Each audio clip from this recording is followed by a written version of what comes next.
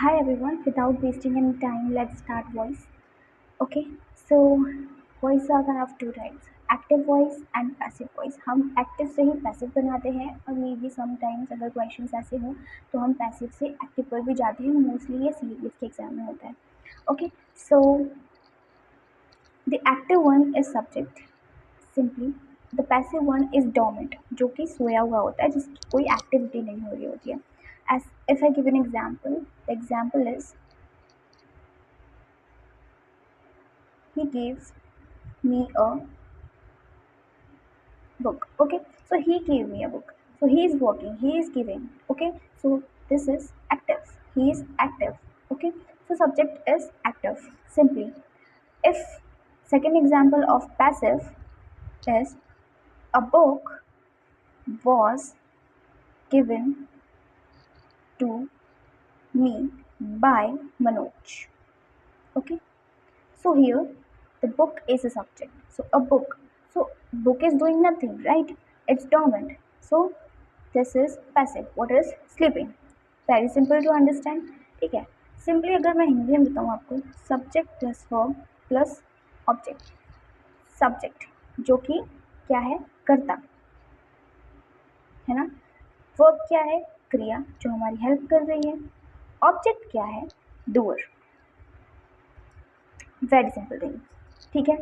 अगर हम किसी भी चीज़ को एक्टिव से पैसिव में कन्वर्ट करते हैं तो उसकी लैंग्वेज थोड़ी सी बदल जाती है, बाकी कुछ नहीं बदलता है. उसमें कोई भी चेंजेस नहीं होते हैं, बस बोलने का तरीका बदल जाता है. ठीक है. इसके कुछ की पॉइंट्स होते हैं जो हमें समझने पड़ेंगे, जो कि हमें इवन लर्न करने पड़ेंगे, ताकि हम अपने एक्टिव से पैसिव पे आराम से जा सकें या पैसिव पे एक्टिव से भी आराम से आ सकें. Okay, so kindly note this की points. So the key points are, the first one is no tense change. Tense में कोई भी चेंज नहीं होगा. ठीक है.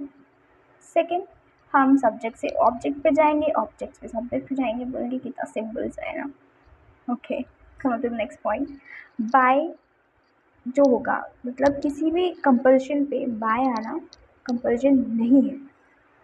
मतलब कि आप हमेशा यही सोचते होगे कि अगर एक्टिव से पैसिव पे जाना है तो वहाँ वाई आएगा. नॉट नेसेसरी, ज़रूरी नहीं है. सो बाय आना कंपल्सरी नहीं है.